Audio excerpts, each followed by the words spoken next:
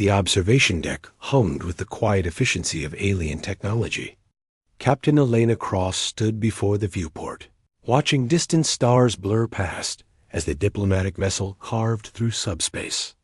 Behind her, the Valthene ambassador remained motionless, her crystalline form refracting the ambient light into dancing patterns across the polished floor. "Your species confuses me," the ambassador said, her voice like wind chimes in a breeze. "You are fragile, yet you persist where others falter." Elena smiled without turning. "We're stubborn, Ambassador Krell. It's our best and worst quality." The conversation ended when alarms shrieked through the ship. The deck lurched violently, throwing Elena against a support column. She heard the sickening crack before she felt the pain lance through her left arm. The ship stabilized, emergency lighting casting everything in red. "Hull breach on Deck 7, a voice announced through the intercom. "All personnel to emergency stations." Elena pushed herself upright, cradling her arm. The bone had snapped cleanly. She could tell by the angle and the grinding sensation when she moved. Ambassador Krell approached, her movements fluid despite the chaos. "You are injured," Krell observed, her tone carrying something Elena couldn't quite identify. Concern, perhaps, though reading Valthene emotions remained difficult even after months of negotiations. "Just a break," Elena said through gritted teeth. "I need to get to the bridge." She looked around the observation deck, spotting what she needed. A maintenance panel hung open from the impact, exposing support struts and emergency supplies. Elena crossed to it, moving carefully to avoid jostling her arm. "What are you doing?" Krell asked. "You require medical assistance." "Medical bay is 3 decks down," Elena replied, pulling out a straight piece of metal bracing. "We don't have time." She positioned the metal alongside her forearm, then glanced at Krell. "I need you to hold this steady." The ambassador's form rippled with what Elena had learned to recognize as distress. "I do not understand." "You cannot possibly intend to. Just hold it," Elena said firmly. Krell's crystalline appendages wrapped around the makeshift splint with surprising gentleness. Elena took a deep breath, then another. She'd done this once before, years ago during survival training on Mars. The memory didn't make it easier. She grasped her own wrist and pulled, twisting slightly to align the broken ends. The pain went white hot, but she bit down on her lip and continued until she felt the bones seat together with a muted snap.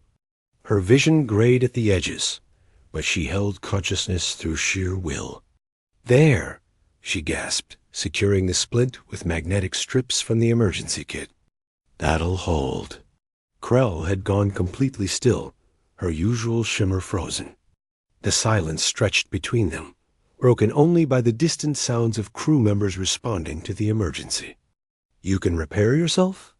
Krell's voice emerged barely above a whisper. Elena looked up, surprised by the tone. "It's just a field splint.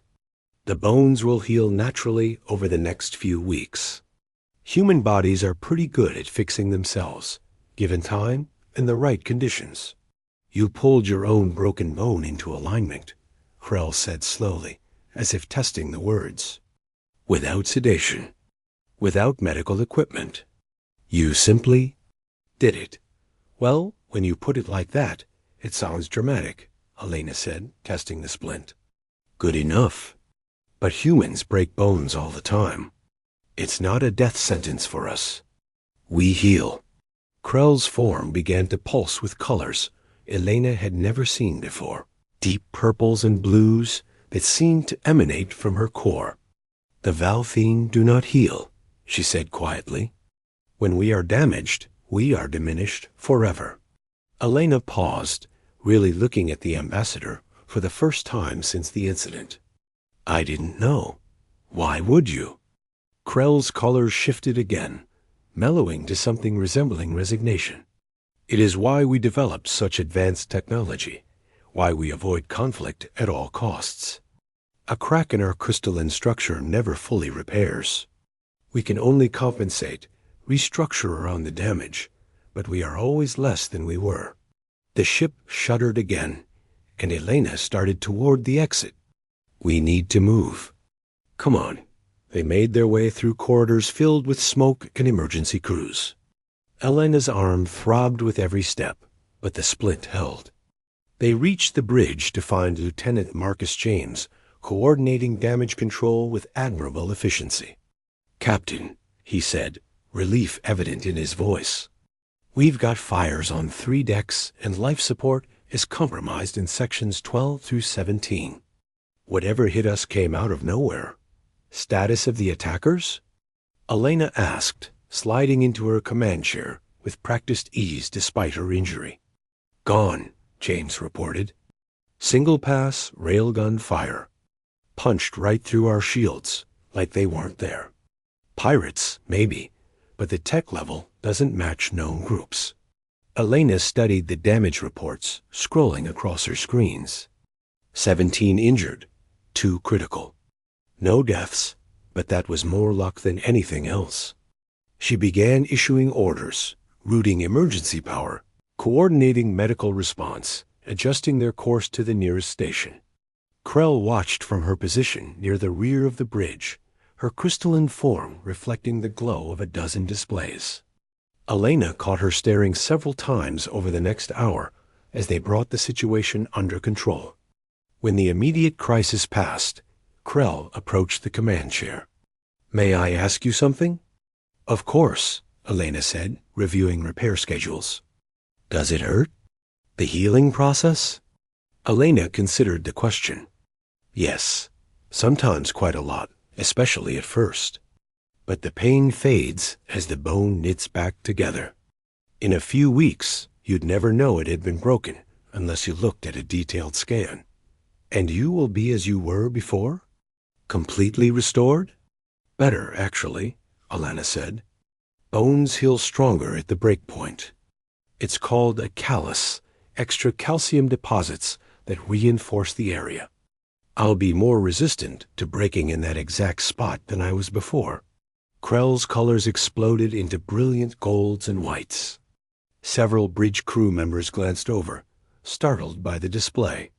"You upgrade when you break," Krell said, her voice filled with something like wonder.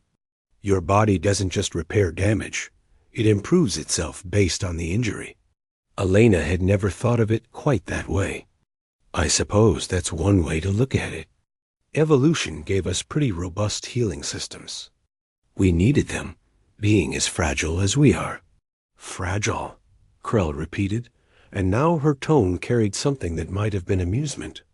"The Valthine have always considered ourselves superior to species like yours.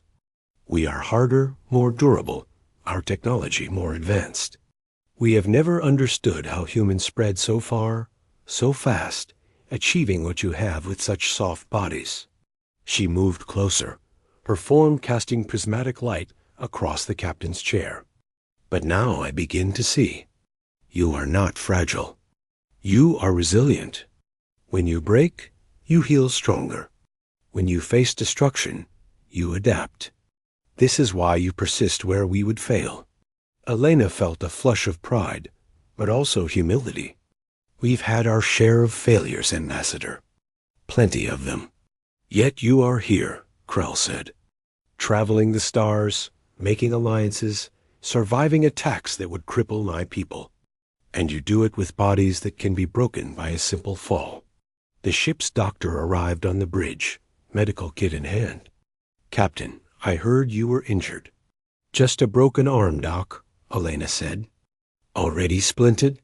The doctor, a gruff man named Rivera, examined her work with a critical eye. "Not bad for field medicine. But you're still coming to Medical Bay for proper treatment." "After we dock," Elena said firmly. "I'm needed here." Rivera started to argue, caught the look in her eye, and sighed. "Fine, but I'm giving you something for the pain." As the doctor administered an injection, Krell continued to observe. "Among my people, an injury like yours would require immediate medical intervention. The damaged individual would be removed from duty, treated as compromised. Yet you continue to function, to command, to lead. The job doesn't stop because I got hurt, Elena said simply.